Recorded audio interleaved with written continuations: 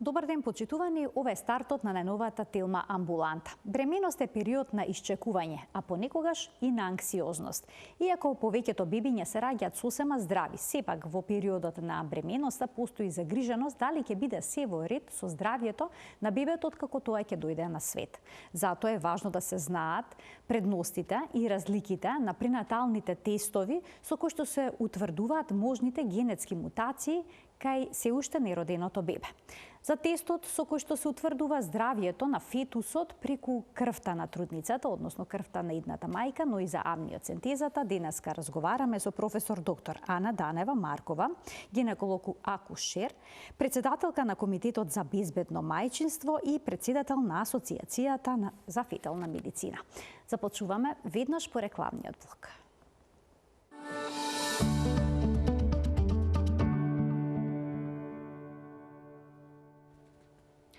Има низа пренатални тестови што се прават во бременоста за да се утврди здравјето, односно можните генетски мутации кај се уште нероденото бебе. Токму на оваа тема денеска разговараме со професор доктор Ана Данева Маркова, гинеколог акушер од Универзитетската клиника за гинекологија и акушерство, председателка на Комитетот за безбедно мајчинство и председателка на Асоциацијата за фетална медицина. Професорке, добар ден.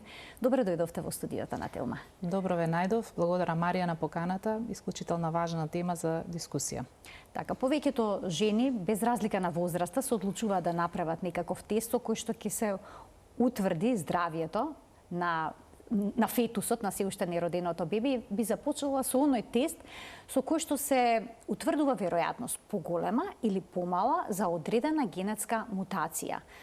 Каков е тој тест? Дали е тој дијагностичка алатка? Може ли со тоа да се потврди или пак исклучи присуство на одредена хромозомска аномалија? Така е. Благодарение на тоа што дијагностичките можности, особено во изминатите 2 децении, одат многу брзо во насока на откривање на и генетски и на структурни аномалии кај плодот, тој период на откривање, детекција и потврда на сите овие абнормалности се помести многу порано во бременоста, односно во првите 3 месеци, па некогаш и порано од 3-тиот месец во бременоста.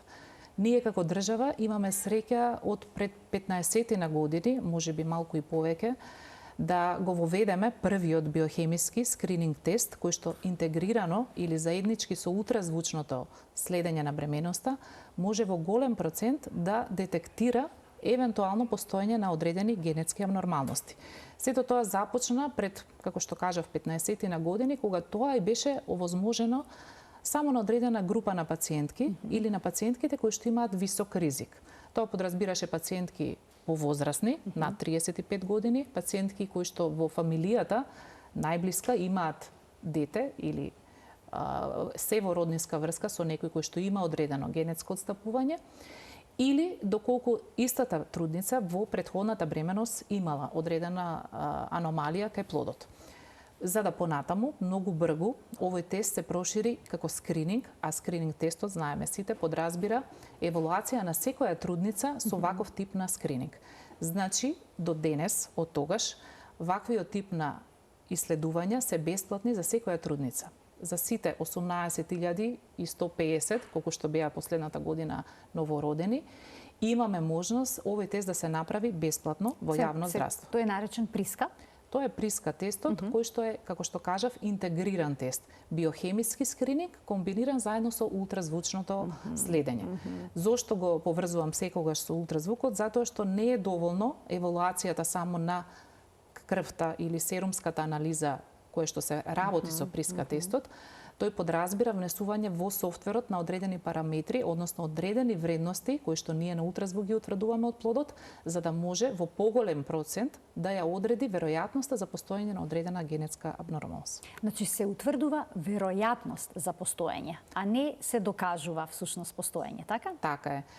Тоа значи дека не е голема дијагностичката вредност на тестот. Тоа е еден тест со кој што за потврда на феталната ДНК, секако дека треба да направиме дополнителна евалуација. Сега, за разлика од овие тестови со кои што всушност се потврдува веројатност. Има диагностички пренатални тестови со кои што со сигурност се утврдува, но и таму не е 100%, ќе ни појасните во текот на емисијата. Сега има велат инвазивни тестови и неинвазивни тестови. Што значи инвазивно, а што значи неинвазивно? Особено е голема предноста што веќе денеска постојат и неинвазивни или безбедни тестови за детекција на овие аномалии. Во исто време се уште остануваат само инвазивните тестови или амниоцентезата и хорион биопсијата, па и хордоцентезата, како тестови кои што и се нудат на секоја трудница, како и секоја друга и диагностичка и друга детекција во бременоста бесплатно. А разликата во инвазивноста е тоа што и хорион биопсијата и амниоцентезата носи многу поголем ризик во однос на понатамошното задржување на бременоста, односно таа интервенција носи голем ризик за прекин на бременоста, крварење, евентуално инфекции, споредено со неинвазивната диагностика или земањето на мајчина крв, кое што нормално не подразбира никаков ризик во однос на понатаму следењето на бременоста или прекин на евентуалната бременост. Тука можеме да го погледнеме телопот кој што се однесува токму на ова што професорката ни го појасни. Значи има инвазивни пренатални тестови кои што вклучуваат амниоцентези, биопсија на хорнионските ресички. Во текот на емисијата ќе ги продискутираме овие работи и неинвазивни пренатални тестови. Јас ќе започнам професорката неинвазивните пренатални тестови, значи тестови кои што се прават преку крвта на идната мајка, односно крвта на трудницата. Сега, што се анализира преку незината крв? Можат ли да се најдат клетки од бебето? Така, добро е прашањето. Исклучителна е предноста да после 9-та гестацијска недела или веднаш после вториот месец од бременоста може да се детектира феталната ДНК. Некаде 10 до 15% циркулира или има циркулирачка фетална ДНК во крвта на мајката.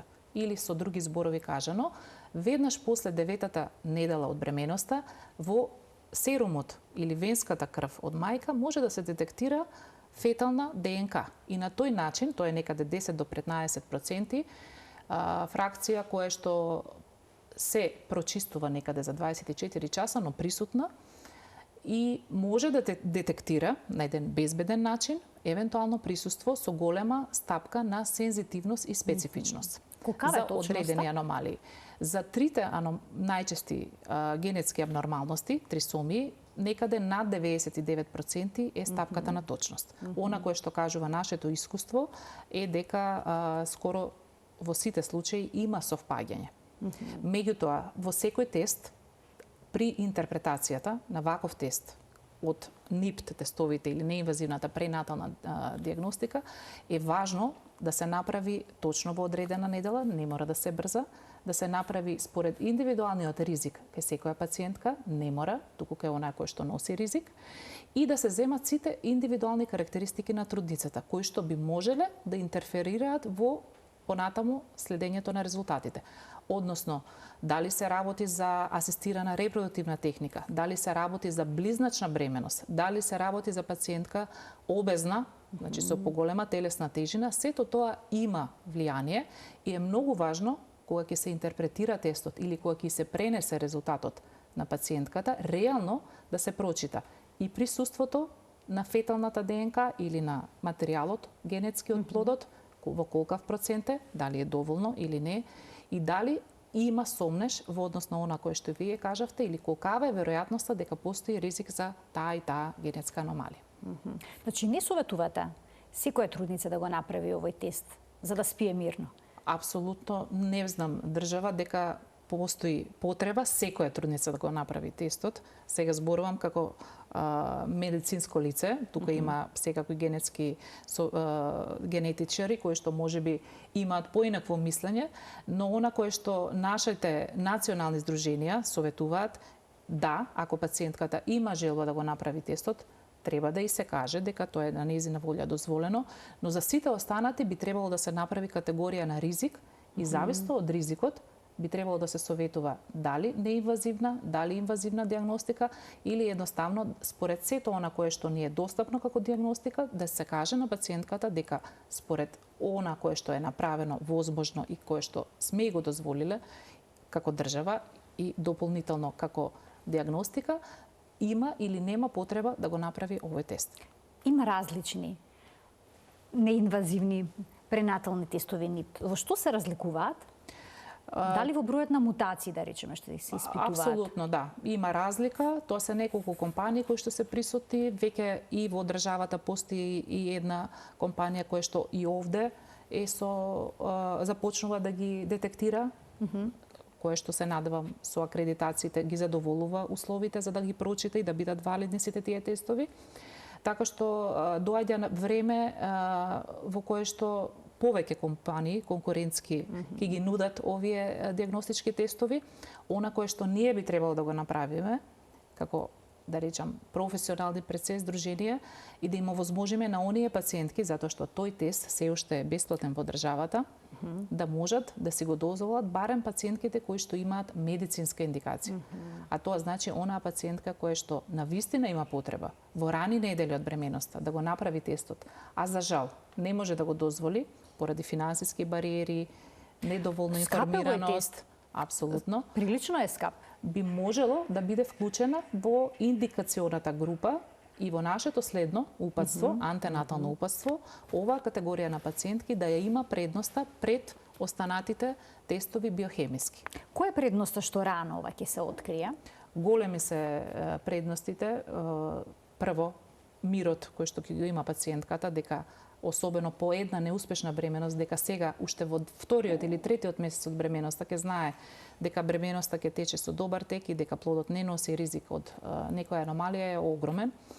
Особено е важно доколку се открие со овој тест дека постои одреден ризик за одреден синдром, сега не би ги прецизирала затоа што има и пациентки, јас тоа често го спомнувам, кои што се спремни да живеат со дете кое што би имало одредена генетска аномалија и сето тоа е апсолутно оправдано и во таа насока секогаш и разговараме со пациентките затоа што незината одлука секогаш мора да е последна и за нас секогаш е правилна. Не сме ние тие кои што треба да ја даваме насоката кон тоа како понатаму со таа бременост.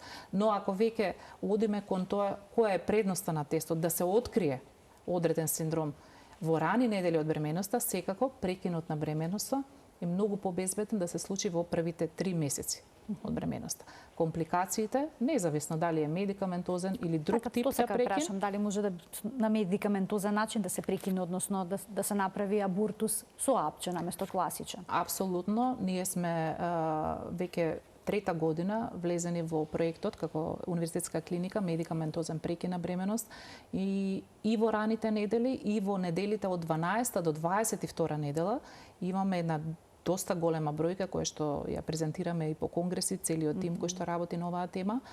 И ретко европска држава во овие недели прекинува таблетарно бременост во оваа недела, а тоа значи дека пациентката нема воопшто да биде подложена на инструментална или на ревизија некоја која што понатаму ќе дава некои компликации, а компликациите се можеби подоцнежно забременување, поголем интервал по абортусот за следната бременост.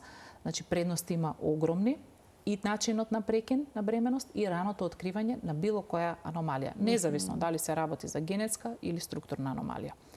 И сметам дека па на крај и не е најважно тоа што ние ќе го кажеме, во целиот овој проект го водиме статистички делот околу задоволството на пациентките од целата оваа постапка. Морам да кажам дека и во текот на пандемијата паралелно не се сопре и тимот работеше и исклучително пациентите се задоволни, а и ние тоа што го имаме како резултат, односно немањето компликации, раното забременување после ваквиот абортус, затоа што најголемата травма за секоја пациентка после ваква неуспешна бременост е дали ќе имам компликации, дали ќе имам проблем при следното забременување. Така.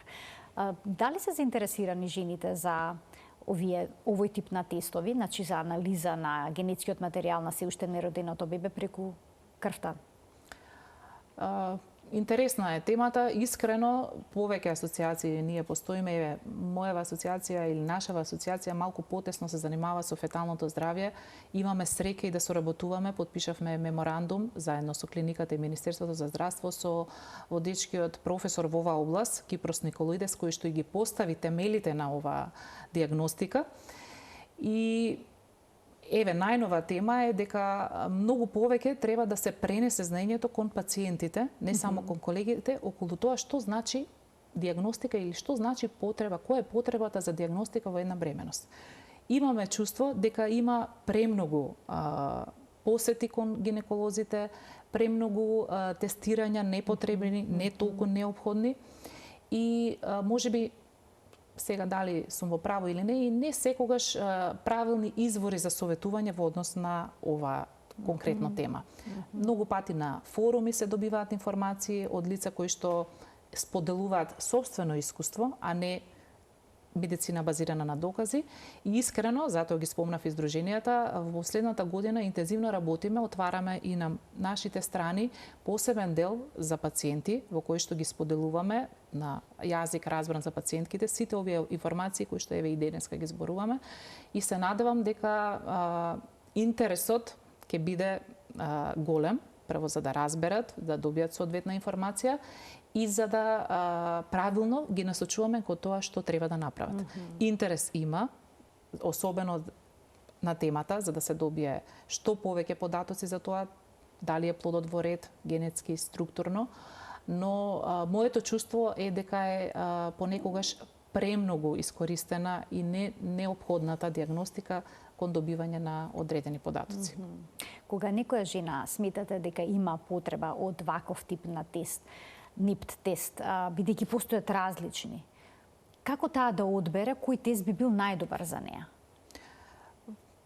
Искрено, тежок е одговорот кон ова прашање, во однос на тоа дека неколку компании работат во државата, сите тие имаат акредитации, сите тие имаат свое искуство, сите од нив во исто време имаат и професионалци кои што соодветно покрај нас ги советуваат пациентките од аспект на тоа колку се аномалиите кои што ги обработуваат, дали имаат и дополнителна евалуација, тие секојдневно менуваат и додаваат кон палетата на услуги или на абнормалности и поспецифични и повеќе. И секогаш советувањето наше како гинеколози доаѓа комбинирано со тие кои што ја даваат информацијата од страна на компаниите. Можеби, тоа е добро прашање и добра тема, дека треба да постои и генетско советување, клиничко генетско советување на оваа тема, за да може пациентката точно да го одреди ризикот и да може навремено и да донесе одлука. Апсолутно полесно да донесе одлука на темата. Доколку трудницата добие позитивен наод на ова испитување, кое што е направено преку незината крв, дали потоа е неопходно да се потврди резултатот со амниоцентеза? Апсолутно е неопходно и тоа го потврдуваме или со хорион биопсија или со амниоцентеза. Со ние што се инвазивни всушност. Со инвазивната тестови. Хорион биопсијата се работи порано, не пред 9-та недела, затоа што може да даде структурни абнормалности во однос на развојот на екстремитетите ке плодот и затоа не брзаме, но периодот од 10-та па максимум до 11-та недела кон крајот има можност да се направи и еве пред 2 недели на мојата клиника се открија ке 2 пациентки структурни абнормалности точно со оваа интервенција. А во однос на амниоцентезата потребни се одредени гестацијски недели. Овде би требало да почекаме некаде до 15-та и тоа е еден, така би рекла, подолг интервал, особено ако тестот е направен во 12-та недела. Во 9-та не би требало толку рано, затоа што барем да помине ултразвучниот скрининг, мој совете, да помине тој преглед, па за да биде целосно поставен ризикот. Затоа велиме, интегриран е. Може толку рано да се забележи? Во Дали има абнормалности ке плодот дури во почетните недели? Ултразвучно не во 9-та недела. Никој во 9-та гестацијска недела на ултразвук не може да направи скрининг, затоа што стандардот е дека треба да се почека од најрано 11-та до крај на 13-та недела. И затоа ризикот кога пациентката би отишла во 9-та, 10-та недела бил единствено лична желба, фамилиарен ризик, претходна бременост со одредена аномалија, не би можело од ултразвук ние да се посомневаме дека постои одреден ризик уште во 8-та или 9-та недела. Тоа треба да им е јасно на пациентките. А зошто е важно да биде направено од 11 до 12, за да биде комплетен критериумот за тоа во која категорија спаѓа пациентката. Ако и на ултразвук се утврди дека постојат одредени ултразвучни маркери, софт маркери, така ги нарекуваме ние, кои што укажуваат, а има цела наука во однос на тоа како одреден синдром се манифестира, од должина на екстремитети до аномалии во срце, тогаш веќе ризикот многократно може да се зголеми и да се потврди биохемиски и да имаме точна категоризација на пациентката во која група на ризик спаѓа.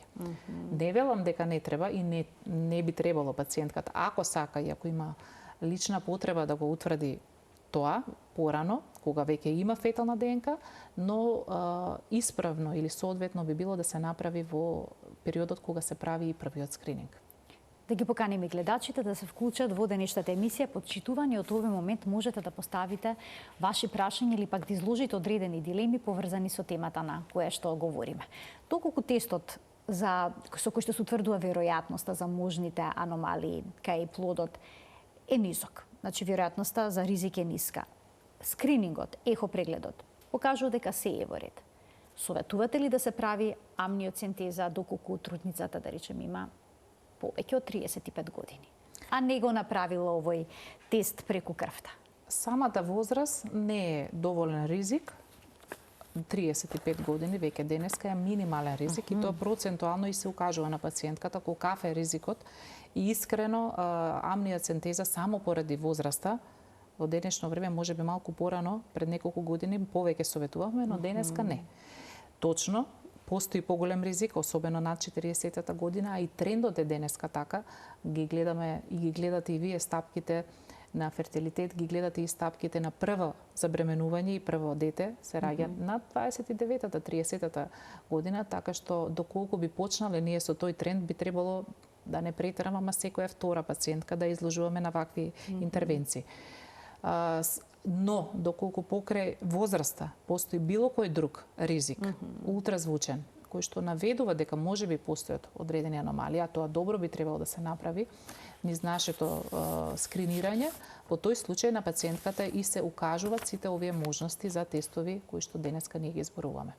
Можноста за бесплатниот биохемиски ризик секако останува, но и можноста за приската, но и можноста за евентуално неинвазивната диагностика, која што особено на средната група на ризик на пациенти, а тоа е пациентката која што сега збориме, со само еден ризик, возраст или нешто друго, би можело да биде во категоријата дека и ќе се понуди ваков тип на диагностика.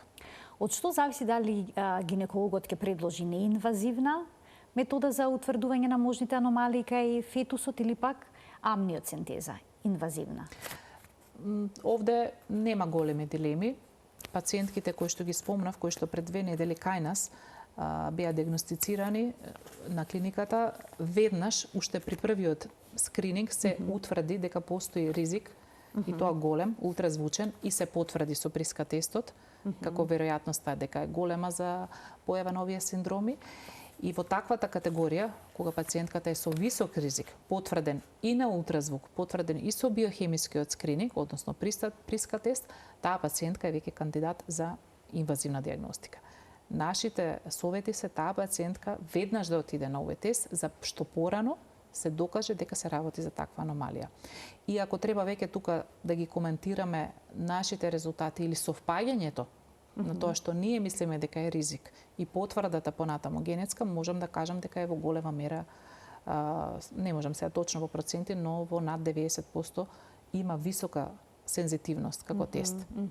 Може би има некогаш лажна негативна предиктивна вредност, кажано статистички, односно понекогаш може би тој биохемиски скрининг и ултразвучен ќе покажат дека нема никаков ризик пациентката, но ќе потенцирам, тоа зависи од тоа каде, кај кого е направен скринингот, дали тој кој што работи, го направил скринингот, е доволно со вештина да процени дали вистински нема никаков ризик, а секако и софтверски треба да ги исполнува лабораторијата критериумите за да може да го процени тоа. Ако тие два критериуми се исполнети, и лабораториски, софтверски одговара ризикот дека е висок, и ултразвучно тој што прави скрининг и има капацитет да го тоа потврди, во над 99% ние потврдуваме дека се работи за аномалија. Така се работи за аномалија. Амниоцентезата е прилично непријатно тестирање, испитување, од кое што трудниците често се плашат, бидејќи постои ризик да се изгуби бременоста. На каков начин се изведува? Точно е. Тоа е процедура. Жената во принцип, па и во бременоста е исклучително храбра. Искрено, ретки се пациентките кои што ќе се пожалат дека тоа го поминале стресно. Се зборувам од типот на физичка траума. Искрено, поголема е психолошка. Поголемо е тоа психолошко оптеретување. Тука би спомнала дека особено важно е денеска пред да се направи сето ова, да и се каже на пациентката зошто ќе се направи и кој е резултатот и што понатамо. Затоа што апсурдно е да го направиме сето ова како инвазивна диагностика, да ја направиме таа диагностичка интервенција со земање на околуплодова вода во одредена количина, а на крај да се соочиме со прашањето или констатацијата на пациентката: јас не сум спремна да прекинам бременост, па независно за каков и плод да станува збор.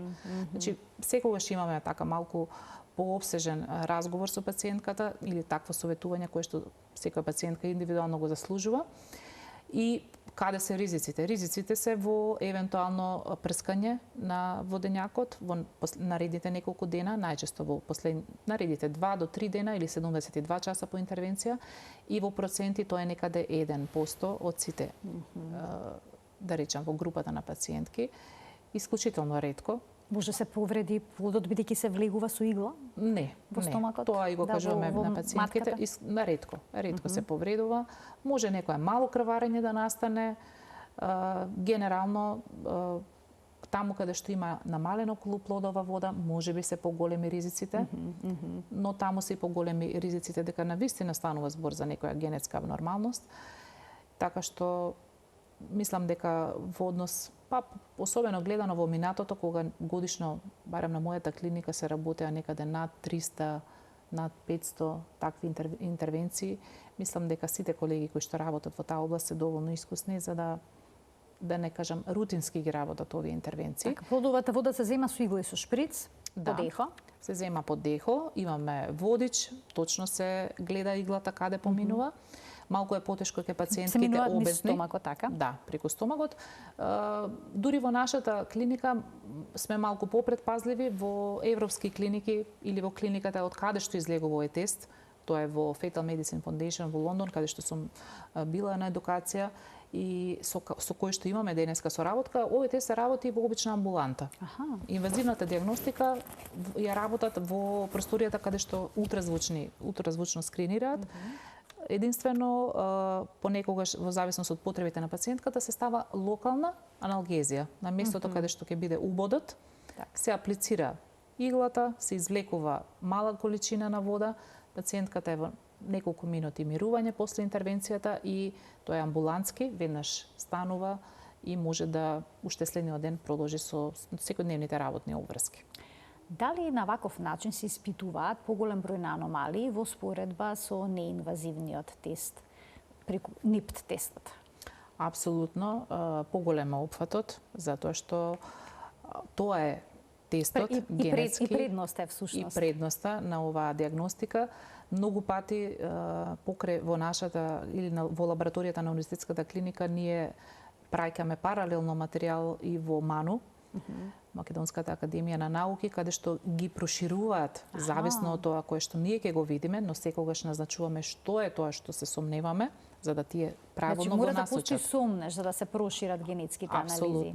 Апсолутно. И во таа насока се работи и до еволација. Понекогаш се дозема дополнително поголема количина на околуплодова течност, но не премногу, за да не настане некој дисбаланс.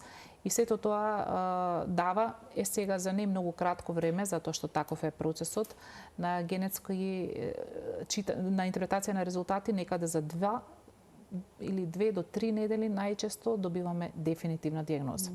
Значи се чека извесен период и Да. поминува време, значи од прилика која недела е веќе тоа од бременоста? Па ако најрано се работи 15-16 недела, ние веќе до 19 недела ги имаме резултатите. Земајќи во предвид дека прекинот на бременост како абортус најкасно завршува во 22 недела, односно тие се неделите кога плодот не може да преживее и кога се уште се смета за абортус, така што е доволно времето за да се прекине таа бременост, како што спомнав на начинот на кој што денеска работиме. Така, дилемата предпоставувам дека се јавува кај дел од трудниците кои што ќе добијат ваков резултат, што понатаму, бидејќи не е рано за да се прекине бременоста, веќе се чувствува и плодот во стомакот. Така. Сигурно и етички прашања тука се отвараат. Апсолутно, апсолутно. Особено кога се носеше законот за прекин на бременост, ние сме на таа зелена мапа во Европа во однос на репродуктивните права на жената. Тоа значи дека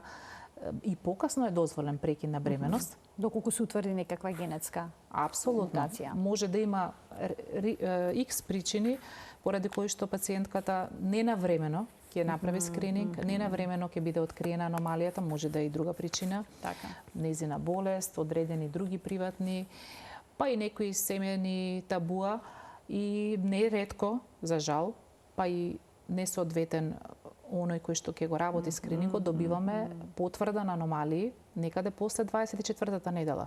Уште покасно, па некогаш и во 7-миот и 8-миот месец од бременоста, но постојат комисии кои што и на оваа пациентка, од која ќе го потврдиме со сите овие тестови, постоењето на една, друга или трета аномалија, која што значи дека тој плод не е виабилен, односно не може нормално да функционира по неговото раѓање, или ќе има одредена хендикепираност, која што понатаму ќе значи во животот на тоа семејство, таа иста пациентка може би се соочува со поголеми етички, психолошки оптеретувања околу прекинот на бременоста, но незиното право е, како што спомнав и на почетокот, пред се, односно доколку незината одлука е дека сака прекин на бременост, постои комисија во Министерството за здравство која што има начин да го одобри и прекинот на бременост после 22-та гестацијска недела.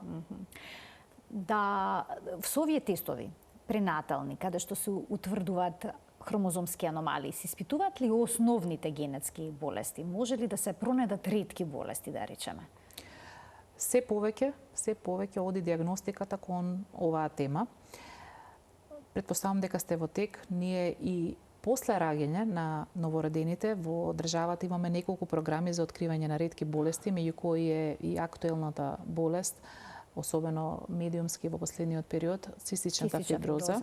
Со години се одвојува буџет од Министерството, од владата, во кое што секое новородено се испитува за оваа генетска болест. Сега, уште назад оди денешниот пренатален тест, за да може да ги открие и интраутерино сите овие ретки болести. Би можело да се утврди доколку побара одредени трудницата, еве има семејна историја на цистична фиброза, преку амниоцентезата ќе може да се утврди. Ние тоа го работиме. Апсолутно се работи и тоа е таа медицинска индикација. Тоа е таа медицинска индикација за која што јас се надам ќе успееме да обезбедиме на пациентките бесплатен, неинвазивен пренатален тест.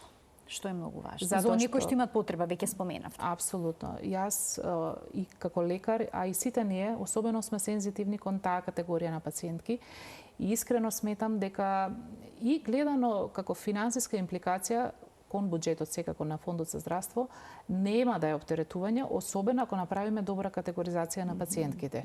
Не мора на сите 18, дај Боже да се 20.000 раѓања оваа година, да им го правиме приска тестот. Доволно е добро ултразвучно да им направиме скрининг. Така. И ако ги утврдиме точно критериумите на оние кои што се со среден, висок и низок ризик, во таа група или во тој буџет да им одвоиме и на пациентките кои што навистина имаат медицинска индикација, бесплатен неинвазивен тест, мислам дека е сосема логично, оправдано и инклузивно за сите пациенти. А инвазивните тестови во моментов се финансиски покриени од Фондот за здравство? Секоја интервенција во текот на бременост, диагностика, процедура, породување, со години е бесплатна во јавното здравство кога ќе се детектира дека постои бременост. Или од моментот кога ќе се детектира дека има позитивен бета-ХЦГ, а тоа е некаде најрано ајде да речеме 2 недели по забременување, пациентката не сме да плати, да партиципира во јавното здравство, односно и е дадено предност за сите диагностички интервенции да биде се бесплатно. Што говори вашето искуство? Заинтересирани ли се трудниците за ваков тип на анализи? Се помалку за инвазивната диагностика, се повеќе... се мислат за, кој ќе им спомнете, да речеме амниоцентеза или пак биопсија на корнеонски ресички. Се помалку одвојуваат колку и да е тестот, одвојуваат прво за неинвазивната диагностика и логично, предпоставам дека секој повеќе сака да ја слушне добрата вест и тежне кон тоа ајде да направи помеѓу овие два теста и неинвазивна диагностика, па макар и да треба да се плати тестот за да го потврдам тоа дека е во добра насока, така што голем е интересот за неинвазивна, многу помал за инвазивна диагностика. Што е разбирливо. А го прават ли можеби прерано, еве 9-та недела?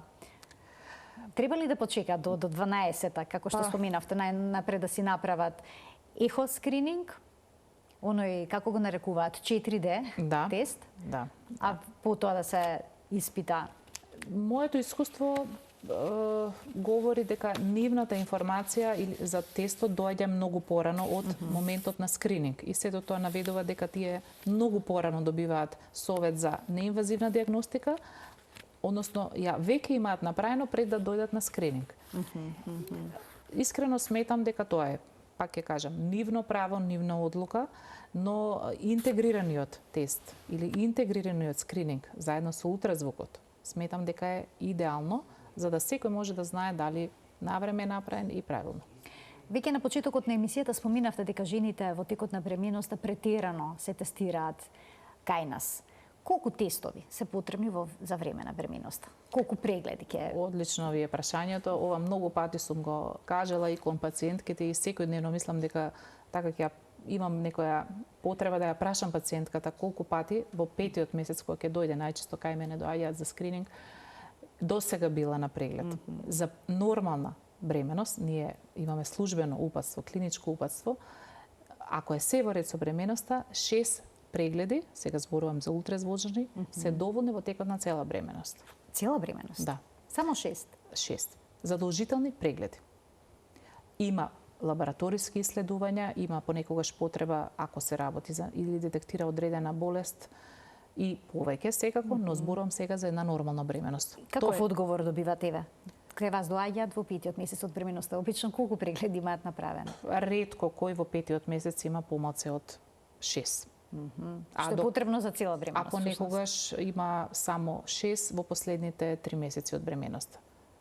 Искрено, се надам дека ќе дојде и тоа време, кога пациентките навремено и во соодветни недели ќе се упатуваат и нема да има overdiagnosis или прерано и не неопходно диагностицирање, туку ќе биде навремено, таму каде што треба, и кон секоја пациентка ќе се пристапува индивидуално.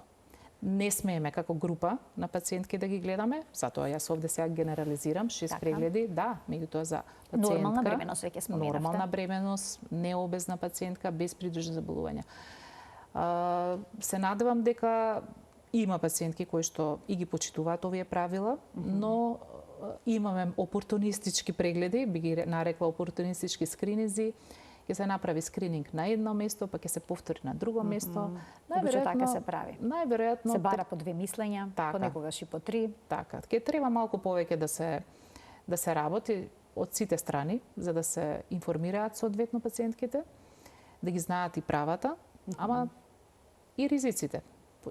За сега не постојат ризици во однос на особено ултразвукот или на претерана употреба на ултразвук, во однос на тератогеност или штетно влијание на плодот, затоа апсолутно стојам дека нема контраиндикации почесто да се гледа, но мислам дека секој сите тие пречести прегледи и скрининзи дека се едно психолошко оптеретување на пациентката, а сепак бременоста е една физиолошка состојба. Скандинавските земји, Америка, знаеме, имаме и пријатели, имаме и колеги кои што многу пати нормална бременост воопшто нема ни да биде упатена на клиника, па дури и на секундарно здравство. Ќе биде видена од некој здравствен профил кој што ќе ги направи редовната еволуација, тестови, лабораториски, она кое што е неопходно и сето тоа поминува во еден многу помирен тек. Мислам дека кај нас е малку предимензионирана некогаш бременоста и во поглед на тоа дали треба да работам, дали треба да одмарам. Физичката активност веднаш се забранува.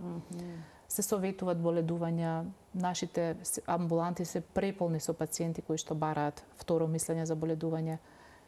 Исто на темата боледување, и сум зборувала и на други емисии, еве ќе повторам, не е неопходно. Ретки се, малку се индикациите кои што бараат пациентката да биде во кревет и да биде неколку месеци хоспитализирана евентуално.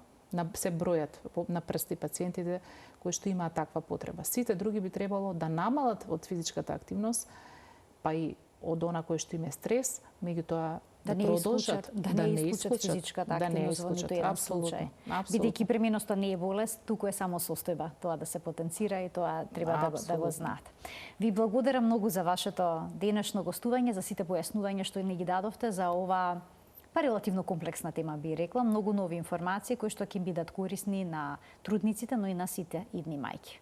Ви благодарам на поканата, секогаш ми е чест да споделам сето она кое што е во интерес на сите наши пациенти. Почитувани професор доктор Ана Данева Марковска, гинеколог акушер од Универзитетската клиника за гинекологија, беше нашата денешна гостинка во студиото на Телма. Ви благодарам што и денеска не следевте со внимание, имајте пријатен ден.